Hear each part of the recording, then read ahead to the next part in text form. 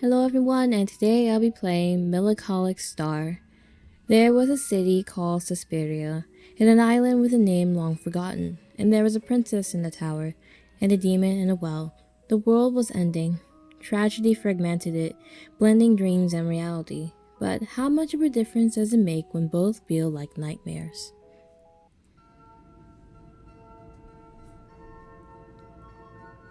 Once upon a time, there was a princess that turned into a witch. But what can we call a witch in this world? Someone who dwells with evil forces in order to obtain their magic? Is there even something like that? Miracles that are the right of the living, after all.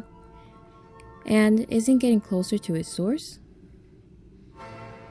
Divine?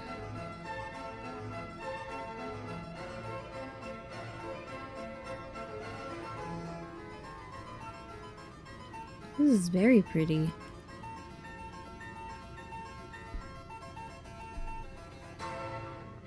It is said that first came eternity, living in the empty, lonely nothingness. Then came change, and thus the universe, ever so chaotic and ephemeral. Be it by coincidence or will, life was born. As a gift of celebration, eternity gave a piece of herself. Thus came the soul. Change shared their essence. Thus came the spirit. Which one do you think deserves worship? Eternity, change, life. I think life itself. Hey, for the sake of our fallen princess, I have a little favor to ask. Would you care to take a card? The Tower. A symbol of abrupt, destructive change. Be it for the better or for worse, things will be different. After escaping from the tower, the princess became a witch in the eyes of the people. Oh, because she doesn't follow the story of being saved. The land where they were born wasn't the kingdom, but still they indulge in assigning some nobility titles. Kings and queens are those chosen to give up their lives for the sake of the land. So what is a princess? But a little lamb getting ready for sacrifice. And what right has a sacrificial lamb to survive? How could their freedom be something other than the purest form of evil? After all, aren't the nobles chosen by the divine? Isn't there a good reason for that pain? It is necessary, or so is said. And as it is said by some, it is believed by more. And then people will point, and they will judge. It will be said that running away means it's a witch. A witch. Witch. In their minds, they know. And after that, truth matters not.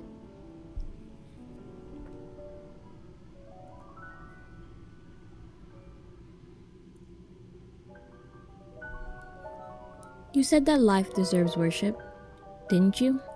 But does it really matter? A primal being, a divine creator, ethereal beings controlling the tides of fate. Even something as concrete as nature, essential truths, holy words, nothing but distorted lies, in the hands of humanity. Preachings of hell, of prime evils, demons, witches, and devils, mere excuses for harm. The will of gods becoming a mere justification. The world, stagnated water, destined to become more putrid. People chose a distorted eternity as their goddess. Change is scary after obtaining some levels of commodity, isn't it? Thus their hands became a symbol of evil, and the status quo became holy, and for those who challenge it, the divine turns its back, and when it does,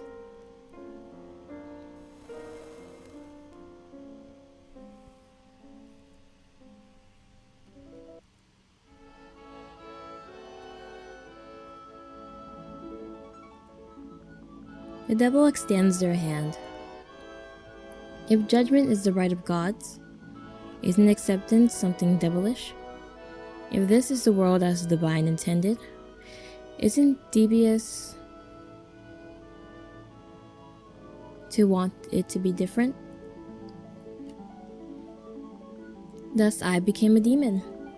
Eternity gave all life to a soul to use its power in the name of a miracle. Is it really that sacrilegious? I want you to make some wishes before we move on. Repeat after me. I wish that the tower had a window. I wish that the tower had a window. I wish that the princess survives the fall. I wish that the princess survives the fall. I wish no one can find them as they flee. I wish no one can find them as they flee. Don't worry, even if the price seems like too much.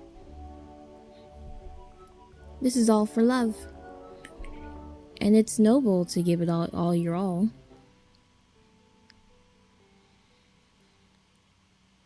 Are we in the tower?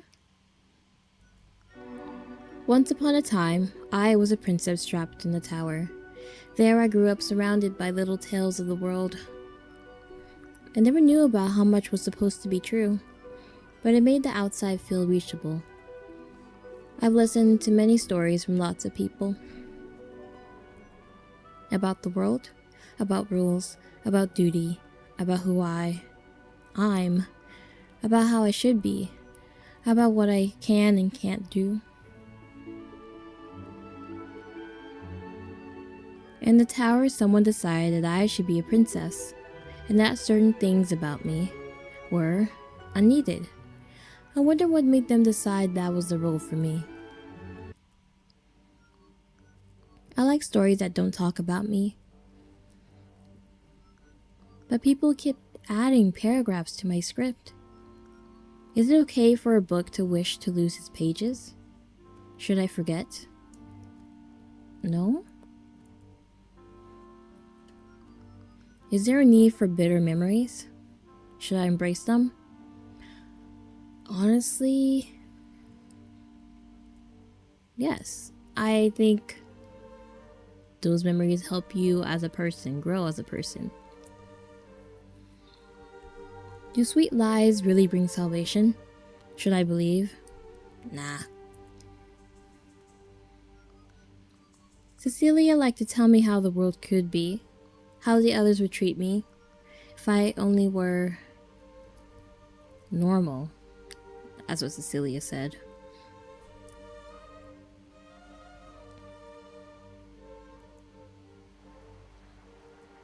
Once upon a time, I was a princess trapped in the tower, and then I ran away.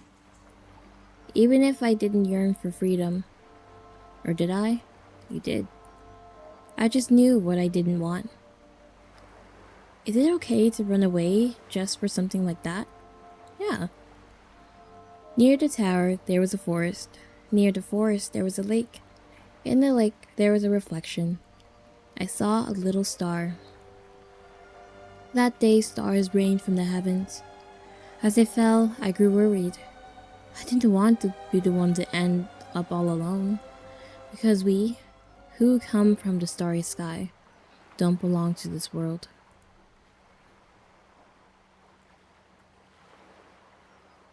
I held you, didn't I? We're alone, aren't we? For as long as I remember, we have been children of nowhere.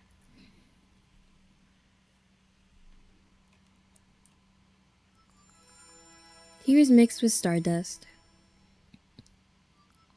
We without a place to return, dream of a home in the forest. A place to be in peaceful solitude, safe and tranquil. Somewhere to rest in nothingness. How curious dreams can be. It is easy to lose yourself when in sleep. I wonder how distant can I become from who I'm supposed to be. That's right. That body doesn't belong to me. That puppet far away from me. Nor its happiness, nor its pain. None of that is a concern to me. None of its problems, nothing is, nor the perpetual tiredness, nor the loneliness, nor the health, as long as the marionette can sleep. We'll be fine in our dreams. We will be fine. In dreams? Read. Cookies and cake, cotton candy, into the city of Sesperia.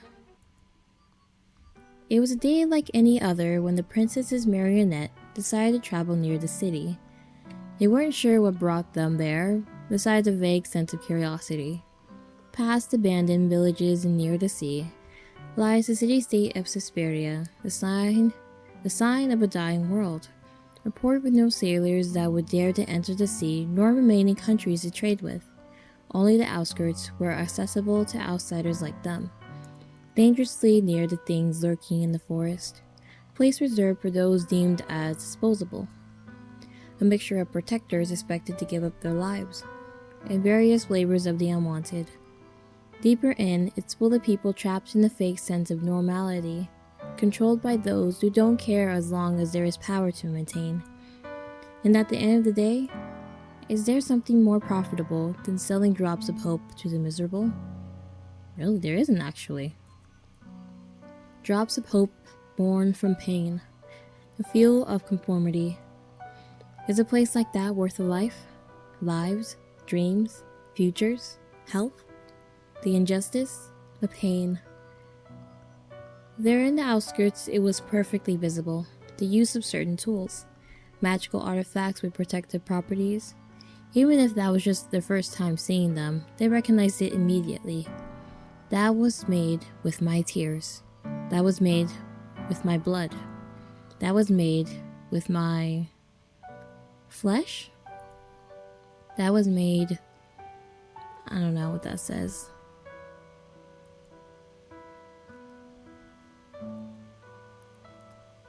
Go to the city or read? I'm gonna go to the city. It didn't go well? Oh. Let's read then. Cookies and cakes? A table set, a tea pantry party for you, honey, candy, and fruits. The doll parted in search of sweet treats for us. Honey, sugars, and fruit. Are such simple things okay with you? Pictures and pages, mirages of culinary masterpieces. I would love to make them real for you. Recipes, ingredients, and such. The doll parted to find them for us. Make sweets? And read Cotton Heart?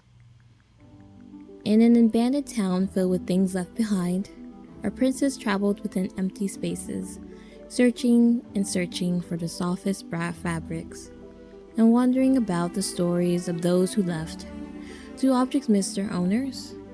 She asked themselves. In part, the princess was a doll, and thought there was a comfort on feeling useful. It was decaying, the houses and the stuff inside them. Dusty, rotten, broken, forgotten. Was that the fate of the purposeless? They couldn't take everything and anything but, in their name, tainted a piece of cotton and shaped it like a heart. So we aren't unneeded nor alone. So we aren't unneeded or alone. Soft fabric, stuffing, and a cotton heart made a new plush body for Wisteria, a new existence whose purpose was to bring comfort. Welcome to the forest. Make plushies. Salix joins the party. More sweets. Tart recipe learned. More plushies. Malice joins. Is this really okay? It's fine. I don't need anything else. Maybe if we went to the city, but we don't belong there. Don't you remember last time?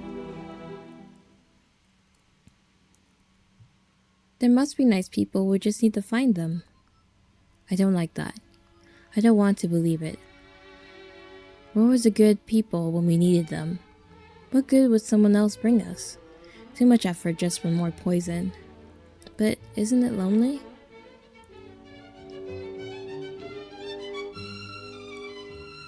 What is the point of opening a hollow heart? It doesn't matter. There is nothing that I want to do. Nowhere I want to go. I'm tired. I hold no desires. No matter how much I rest, this tiredness will not go away. I'm sure that someday something will hurt. But no matter how much care I take, I'm tired of leaving things for when I feel better tomorrow. To leave it for tomorrow. It never comes that tomorrow. The tomorrow where I feel better.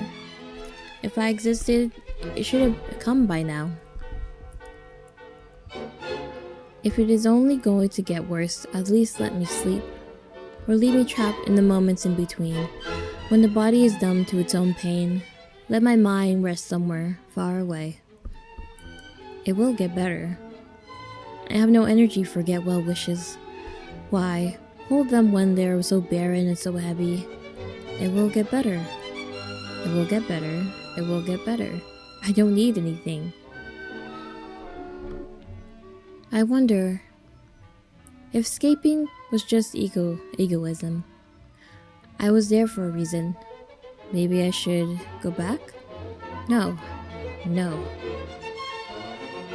If it means to be egotist, I want to be an egotist forever.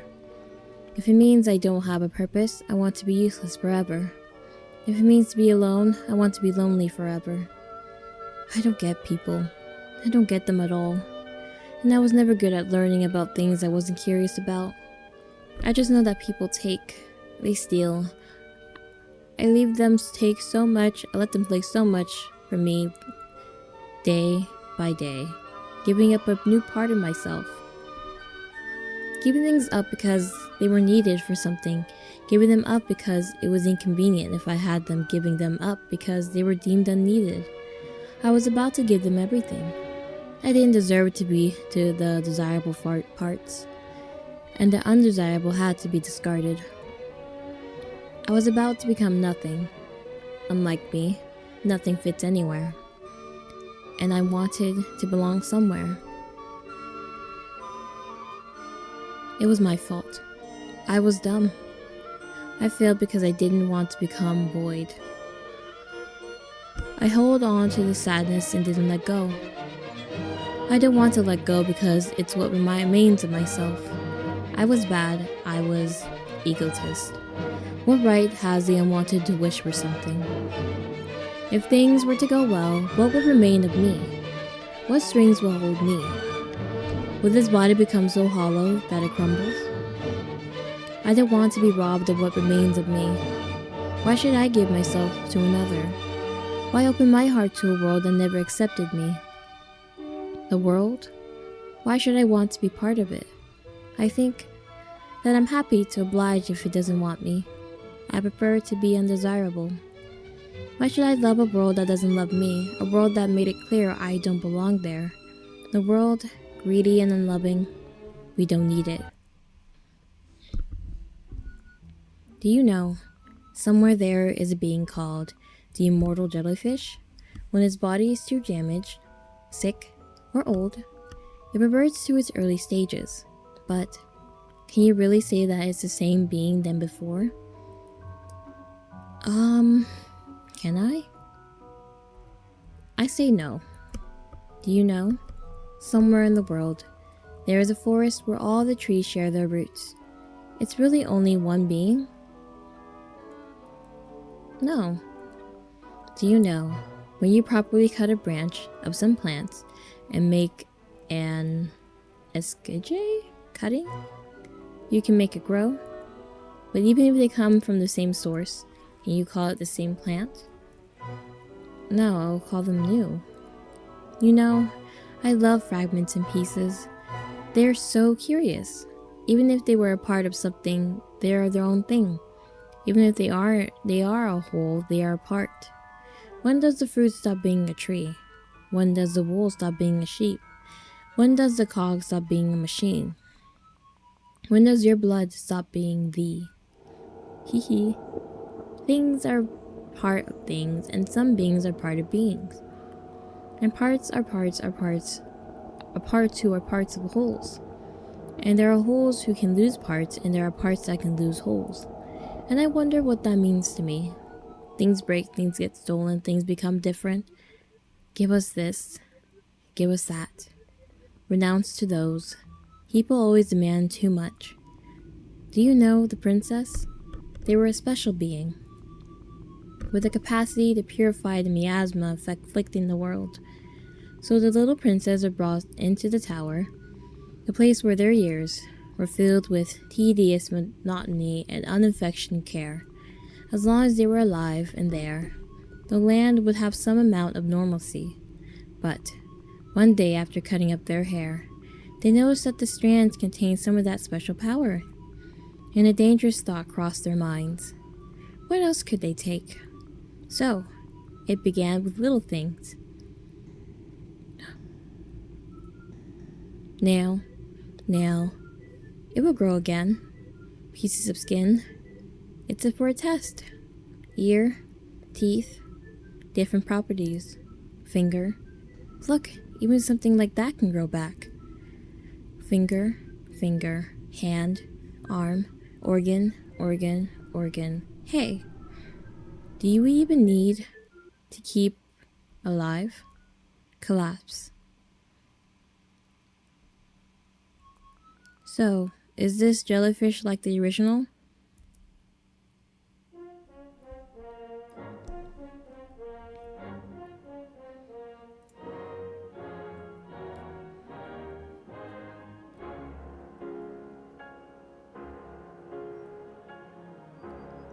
I hate looking at myself in the mirror, in the water, in others' eyes. It never feels like it's me who's reflected. Sometimes I see a girl. I dislike it. Sometimes I see a boy, and I hate it. Long hair is too girly, but short is too manly. I wonder if there is a secret length where I can like. A correct application of makeup, a perfect style of clothes. So cumbersome. Why does it have to be so difficult? Why do I care about the opinions of absent people? Sometimes I feel the eyes of others. People I know and strangers. Even if no one is around, I know they'll judge me. Assume things. I'm not sure who decided I was a princess. I know that my body doesn't fit anywhere. I hate to think too much about those things. When I do it, they follow me into my dreams. Suddenly I'm back to the tower. Trying so hard to not hear things, to stop listening to stuff I shouldn't. That looks ridiculous. Too feminine. Too masculine. Childish. Unnecessary. Weird. Tempting. I don't want to think about it. I don't want to think about it. I don't want to think about it. I don't want to. There were people who told me that I was a good child. What good does it make to be a good child? A good child doesn't complain. A good child doesn't speak up. A good child doesn't cry. A good child does what it's told. A good child does their task. A good child does the best they can. A good child surrenders their all. I should not cry as it is annoying to others. I should not struggle as it worsens the pain. I should not question as truth is within them. And even so, I ran away. I ran away. So why? Oh, why? Why do I still go back there in my dreams? Why do I still hear their voices? Why do I feel their eyes? Why does my body remember his hands? At least it feels distant. Oh, so distant. Doesn't feel like me. It isn't me. It can't be me. Because here I can cry, so I weep. I weep for that someone that isn't me. I can let myself get overwhelmed. I feel the sorrow. I feel the sadness. I feel the pain. This witness of the melancholy they couldn't steal. A memento of myself. My true self. Where is the real me? I wonder if I left it in a tower, if I'm still trapped. Who would rescue me? A valiant knight who saves me from solitude? A charming prince who frees me from a curse? Do I need something like that? No, I refuse. The things I'm missing, the pieces of me I can't find, how could I get them from another? My real self. ephemeral like a dream. What good would come to have it lost in another's one's gaze? The eyes of others are like a distorted mirror. Why would I risk being to be fooled by their reflection? Who I am or who I was? How could that be found in another? Who is the one who seeks romance in friends? How could they help when I'm lost within myself? I'm sure that what I seek can be found in someone else. Let me get further into my dream. I who I lost, do we even want to be found? Please let me be the one if you want to. I don't want to risk to have someone else hiding you. What will remain of us when even the melancholy dries up? Can my heart be already hollow? Even so, I want to seek within me. Let this dream be eternal if it needs to be. May I cast a spell upon myself. May I be both my Carabosse and my lilac fairy. May no prince wake me up with the lies of love. May I dream, to be away, to be distant, to be immune to another's gaze, so I can travel my mind and find my truest self, the one free from assumption and judgment. The me I was really supposed to be, I who I lost if I find you one day. Please tell me what we really think. What are our tastes? What do we yearn for? Do dreams hold desires? What do I wish for? Be someone else? Be alone, have company, be myself. Have a family, have company, have friends. Be alone, be myself, have a lover, be invisible. Have company, be alone, to be undesirable, be seen. Be seen, be invisible. Be someone else, to disappear, have a lover. Stardust, the remains of a broken wish, washed away with the wind, destined to be lost and forgotten. But what is with fate but a suggestion? Who decide that fragments lack value? To transform, to reshape, to be born anew, why should this desire be forgotten? So little star, even as a whisper, let me hear that wish. Is that so? I see. As for the price, let it be. This world. Don't worry if it sounds like too much. Whatever happens, remember, it is all for love.